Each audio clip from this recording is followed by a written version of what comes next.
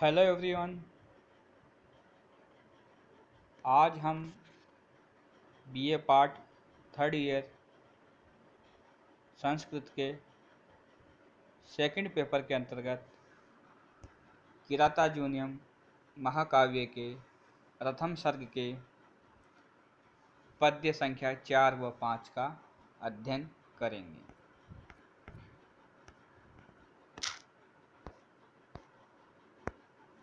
प्रथम 3 पद्यों में हमने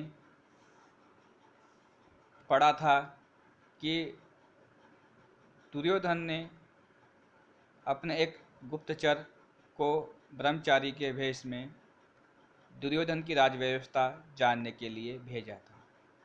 वह वनेचर पुनः वापस आकर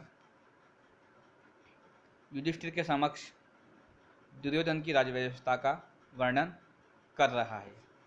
उसी क्रम में हम आज चौथा पद्य पढ़ेंगे, जो इस प्रकार है। क्रियासु युक्तेर नृपः चार चक्षुषो न वचनीया प्रभवो अनुजीवी भी अतो अर्हसि शंतुम असाधु साधु वा हितम मनोहारी च दुर्लभम वचः। यह पद्य इस महाकाव्य का बड़ा ही प्रसिद्ध पद्य है और इसकी नीचे वाली जो पंक्ति है, हितम मनोहारी च दुर्लभम वचः, ये कई बार प्रश्न पत्र में पूछी जाती है, तो हम इसका अन्वय करेंगे। सबसे पहले, हे नृपः, हे राजा। हे राजा युधिष्ठिर, वनेचर कह रहा है युधिष्ठिर से कि हे राजा युधिष्ठिर, क्रियासु कार्यों में युक्ते लगे हुए, कार्यों में लगाए हुए या नियुक्त किए गए, कार्यों में नियुक्त किए गए अनुजीवी भी सेवकों के द्वारा, गुप्तचरों के द्वारा। तो कार्यों में लगे हुए गुप्तचरों को द्वारा चार चक्षुष है, ठीक है। गुप्तचर ही है जिसके आंखें, ऐसे राजा गुप्तचर ही है जिसकी आज्ञा। प्रभव ऐसे स्वामी, प्रभव ऐसे स्वामी। न वांछनीय, नहीं ठगने चाहिए, नहीं ठगे जाने चाहिए।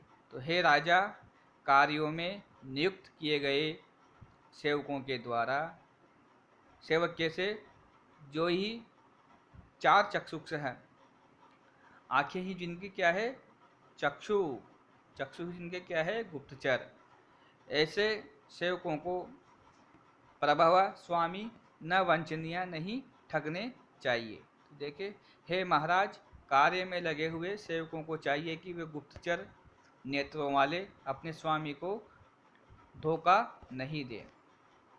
अतो इसलिए, अतो इसलिए, असाधु व साधु, सही हो या गलत। असाधु का मतलब गलत, व अथवा साधु सही, जो उचित हो या अनुचित, शंतुम अर्हसि, उसे आप क्षमा करने के योग्य है। जो मैं कहूँगा वो आपको उचित लगे या अनुचित लगे, वह सब आपके द्वारा शंतुम क्षमा करने, अर्हसि योग्य हैं। क्यों?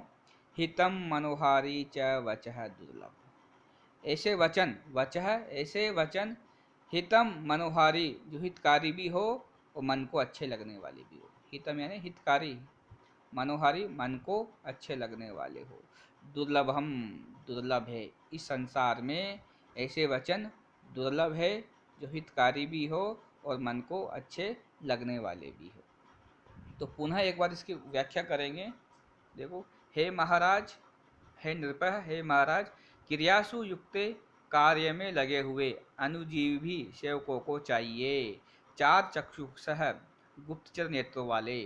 चार चक्षुष है, गुप्तचर, चक्षु यानी नेत्र, चार यानी गुप्तचर। तो गुप्तचर नेत्रों वाले प्रभव अपने स्वामी को न वंचनीय, धोखा नहीं दे, नहीं ठगे। क्यों? अतः इसलिए असाधु व साधु संतम अर्हसि, असाधु व साधु शंतुम अर्हसि, मेरा कथन अप्रिय हो चाहे प्रिय हो। क्षन्तुम अर्हसि, आप मुझे क्षमा करने के योग्य हो। क्यों?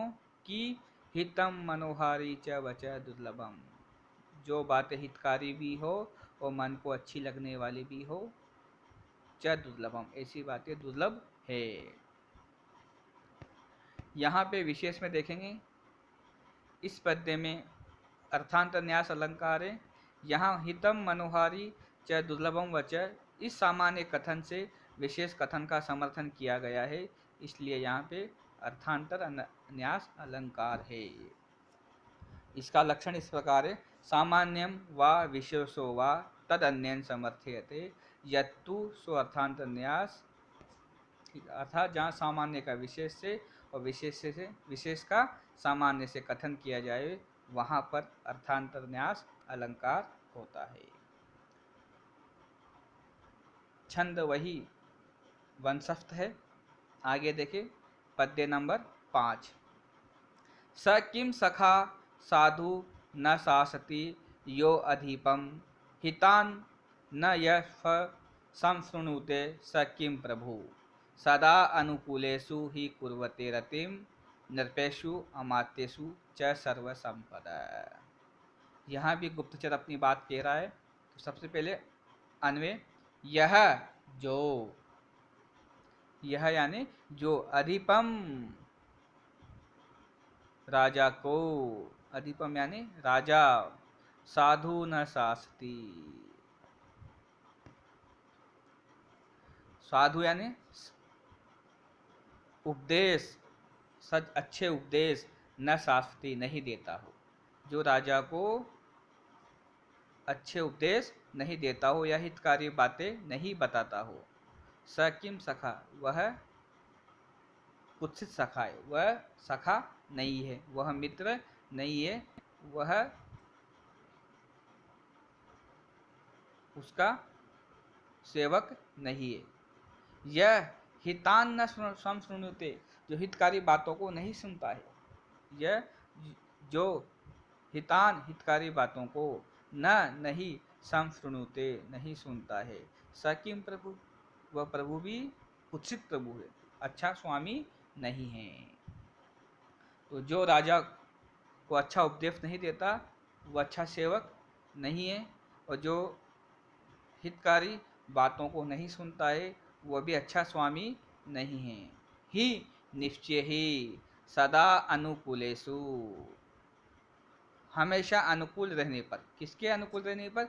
निरपेषु अमात्येषु च, अमात्य और राजा के, राजा और अमात्य के एक दूसरे के अनुकूल रहने पर ही सर्वसंपदा, सभी प्रकार की संपदाएं, सभी प्रकार की संपदाएं, रतिम समकुरुते, सदा प्रेम करती है, निश्चित रूप से प्रेम करती है। तो दोबारा फिर देखेंगे, यह अधिपम साधु न शासति, जो राजा को अच्छा उपदेश नहीं देता है। सकिम सखा, वह कुत्सित सखा है, वह कुत्सित मंत्री है। यह हितान न शृणुते, जो हितकारी बातों को नहीं सुनता है। सकिम प्रभु, वह कुत्सित प्रभु है, वह स्वामी बुरा है, वह राजा बुरा है। ही निश्चय ही सदा अनुकूलेषु, राजा और अमात्य के, नृपेषु अमात्येषु, राजा और अमात्य के सदा अनुकूल रहने पर सर्व संपदा, सभी प्रकार की संपदाएं, रतिम कुर्वती, आपस में प्रेम करती है, सदा निश्चित एक दूसरे से प्रेम करती है, वह हमेशा राजा के पास रहती है। लेकिन राजा को क्या चाहिए? वह अपने सेवकों की जो उसकी हितकारी बातें करते हैं उसको सुने, और सेवक को क्या चाहिए कि वह राजा को सदा अच्छा उपदेश, हितकारी बातें उसके लिए बताए। जब ये एक दूसरे के पूरक रहेगी तभी संपदाएं राज्य को और राजा को प्रेम करेगी। कहने का भाव यह है कि प्राणों पर आपत्ति आने पर भी अपने स्वामी के हित की बात कहना अमात्य का परम धर्म है, और इसी प्रकार अमात्य के उपदेश को सुनना भी राजा का परम कर्तव्य है। ऐसा होने पर ही राजा और मंत्रियों में एकमतता संभव है, तथा राज संपत्ति भी इनके अनुकूल होने पर ही वहाँ निवास कर सकती है। विशेष में इस पद्य में भी राजाओं और मंत्रियों की परस्पर अनुकूलता को संपूर्ण सफलताओं का प्रमुख कारण बताया है। जहां दोनों में तालमेल नहीं रहता वहां योजना सफल नहीं होती। अंतिम चरण में यहाँ भी मनोरम सूक्ति का प्रयोग किया गया है, अतः यहाँ भी अर्थांतर न्यास अलंकार हैं और छंद वंशस्थ छंद ही हैं। आज के लिए इतना ही। अग्रिम कक्षा में हम पद्य संख्या 6, 7, 8 का अध्ययन करेंगे। अब तक हमने 5 पद्यों का अध्ययन कर चुके हैं। इति क्षमा, धन्यवाद।